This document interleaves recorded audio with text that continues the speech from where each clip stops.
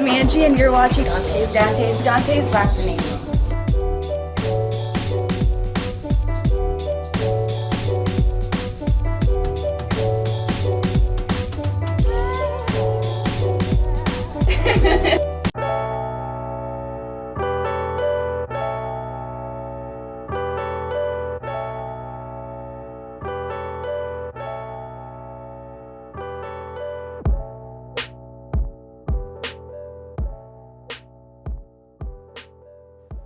Dantes Boxing Nation, what's going on, guys?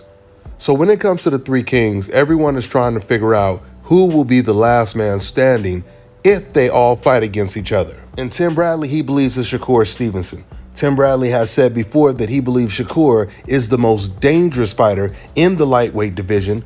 And he also just recently said that Gervonta Tank Davis is about to get exposed soon. Tim said, and I quote, "Tank is going to get exposed soon. He gets in there with the right guy, Shakur Stevenson, he's going to get exposed. Things get hot in there and he can't have it his way. You can beat him. He would definitely fold under pressure," end quote. Now listen, I don't claim to know who will be the last man standing out of those three fighters because all three of them are just that special. And you know, people often abuse that word exposed in the sport of boxing because regardless of who you think is the best fighter out of the three, if it were true that the only fighter that could beat Gervonta Tank Davis was Shakur Stevenson, and let's say Shakur actually beat him, that would not be called getting exposed. That's like saying Manny Pacquiao got exposed when he lost to Floyd Mayweather, or Errol Spence got exposed when he lost to Terrence Crawford. So when you lose to someone in an evenly matched fight, that's not called getting exposed. When you get in a ring with a guy that's not on your level,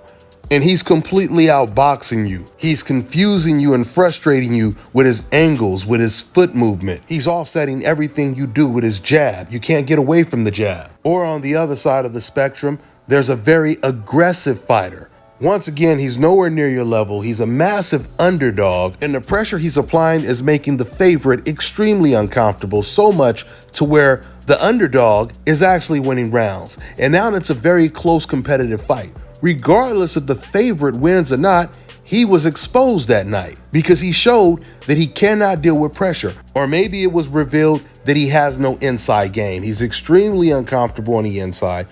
That is the true definition of a fighter being exposed. And understand this as well. When I talk about an underdog, I'm talking about a journeyman. I'm talking about someone who knows how to lose. I'm not talking about a fighter who has the confidence of an undefeated fighter.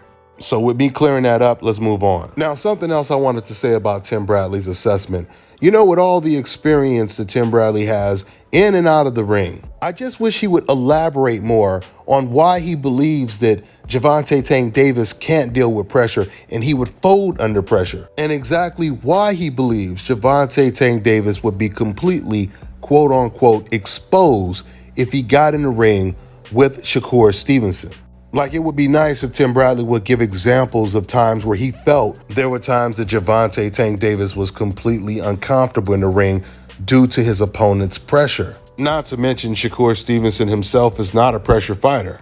I mean, I'm just curious to know what flaws exactly does Tim Bradley see in Gervonta Tank Davis? This is obviously not to imply that Gervonta is a flawless fighter. You know, a lot of times when fighters talk about Canelo Alvarez, they talk about Canelo's flaws. He's slow on his feet. He has problems with foot movement. He's very susceptible to jabs. You'll hear fighters say that Keith Thurman is very weak to the body. So the question once again is, what flaws does Tim Bradley see in Gervonta Tank Davis? It can't be that he's uncomfortable fighting against other southpaws, because we've seen how Gervonta did against Hector Garcia. Speaking of fighting against other southpaws, we're going to see how Shakur Stevenson deals with the southpaw he's about to fight tomorrow. And even though Hector Garcia is no Shakur Stevenson and Edwin De Los Santos is no Gervonta Tank Davis, I think we're still going to get a better idea of how good and how special Shakur Stevenson really is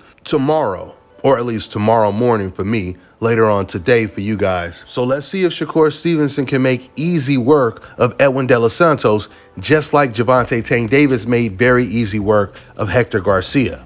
With that being said, I'm gonna wrap this video up. That's all I got for now, guys. I'm on to the next one. All right, now check this out, guys. If you're looking to repair eczema scars, burns and bruises, dark spots and blemishes, fever blisters, diabetic ulcers, this right here is the perfect product for you guys. It's called Elo Diki Face and Body Oil. Athletes and top-ranking boxers, they're also using it after training to reduce swelling, inflammation, and to ease the pain. So get yours today. Go to elodiki.com, like them on Facebook, and follow them on Instagram. Let me tell you guys about Issa Israel Law Firm. It is a full-service legal practice based in Denver, Colorado, an emerging hub for combat sports and high-altitude training. If you're a fighter inside or outside of the ring and you need a law firm you can trust to fight for you, visit thefighterfirm.com or email help@iilawfirm.com. Legal representation is usually limited to plaintiffs or defendants in Colorado, but iFirm can help anyone in the world with trademarking their business name, logos, and U.S. immigration issues. This brother has been my attorney for a while and helped guide me through all kinds of business and civil issues, so make sure you guys go to thefighterfirm.com.